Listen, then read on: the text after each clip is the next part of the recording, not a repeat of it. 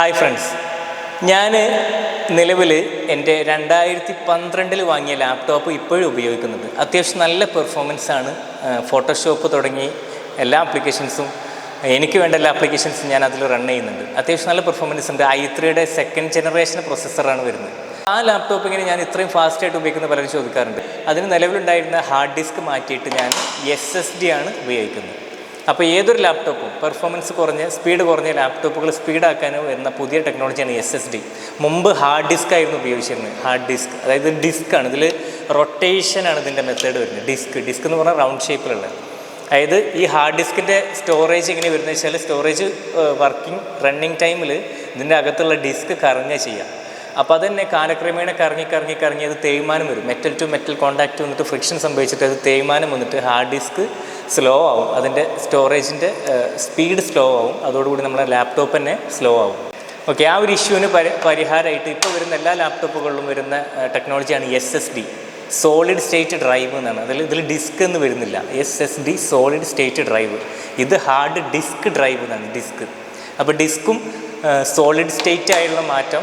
Solid state drive സോളിഡായിട്ട് നമ്മൾ pen ഡ്രൈവിലും memory കാർഡൊക്കെ ഉപയോഗിക്കുന്ന അതേ ടെക്നോളജിയാണ് ഇതിൽ ഉപയോഗിക്കുന്നത്. ലാപ്ടോപ്പിൻ്റെ ഹാർഡ് ഡിസ്ക് പോർട്ടിൽ സ്യൂട്ടാവാൻ വേണ്ടിയിട്ടാണ് ഈ ഒരു ഷേപ്പിൽ വരുന്നത്. ഹാർഡ് ഡിസ്കിൻ്റെ അതേ വലിപ്പത്തിലാണ് SSD വരുന്നത്.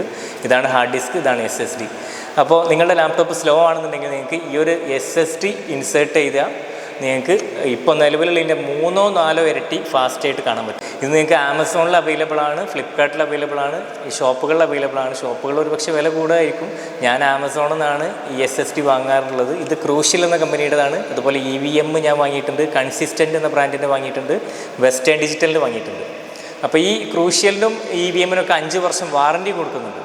നമ്മളിപ്പോൾ ഉപയോഗിക്കുന്ന ലാപ്ടോപ്പിൽ ഹാർഡ് ഡിസ്ക് ആണോ SSD ആണോ തിരിച്ചറിയാൻ നമുക്ക് ഒരുപാട് മെത്തേഡ് ഉണ്ട്. അതിൽ ഏറ്റവും സിമ്പിളായിട്ടുള്ള മെത്തേഡാണ് നമ്മളിവിടെ ജസ്റ്റ് സെർച്ച് ഓപ്ഷനിൽ ഡിസ്ക് എന്ന് സെർച്ച് ചെയ്ത് കൊടുത്താൽ ഡീഫ്രാഗ്മെൻറ്റ് ആൻഡ് ഒപ്റ്റിമൈസ് ഡ്രൈവ് എന്നുള്ളൊരു ആപ്പ് കാണാൻ പറ്റും.